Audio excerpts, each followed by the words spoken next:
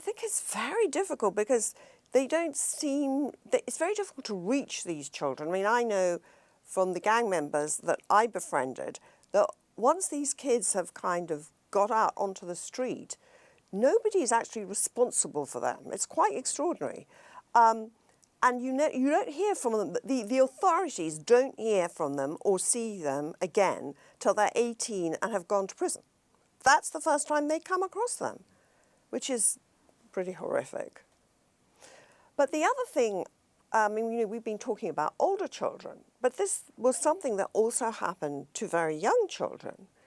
For example, a lot of teachers, nursery school teachers and primary school teachers, have been very quick to blame parents for the fact that there's suddenly, at the end of the pandemic, all these children were turning up in nappies for their reception at primary school, dummies in their mouth, unable to speak, not potty trained, unable even to hang their coats up when they arrived.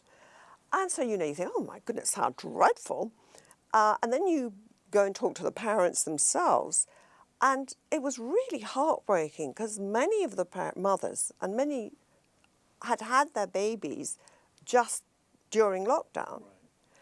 And it was quite frightening, especially mothers who it's the their first child, because usually there's an enormous amount of help around a new mother. There's health visitors who are popping in, weighing the baby.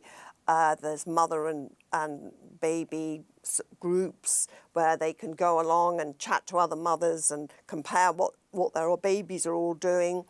And all of this just, and GPs, the other thing. I mean, all of this suddenly vanished. And again, I spoke to young mothers who said, we had nowhere to go. You know, I had no idea if my baby was putting on enough weight, what its milestones should have been, whether what it was doing was normal or not. And sort of the only way was rushing off to A&E. And one young mother, told me she'd got to A&E. She'd had, I think, 2 or 3 babies very quickly during lockdown. And she'd gone to A&E and then was called by the social worker.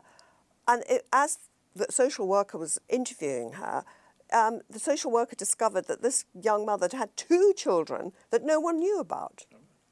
It was just completely off the records. So that's another problem, and their distress. And the trouble is that, I mean, a number of psychologists told me that the trouble is with very young children, they can't kind of, a 1-year-old or a 2-year-old can't exist on its own. It takes its sort of weather pattern is its mother's weather pattern. So if it's stuck in a flat with a very nervous, depressed, anxious mother, it's going to arrive at school very clingy and difficult. And then just being away from the mother because they'd been so sort of closeted and they hadn't even gone to see relatives or anything at all. One primary school teacher said that she had twins in reception and that every morning they both vomited. Well, you can imagine this really began the morning well for this poor teacher. And she was thinking, why are they vomiting? You know, what's wrong with them? They're not ill, what is it? And then she realized the poor little things had been cloistered with their mother. And suddenly the mother's back at work and they're in school and they're barely seeing the mother and they were completely discombobulated.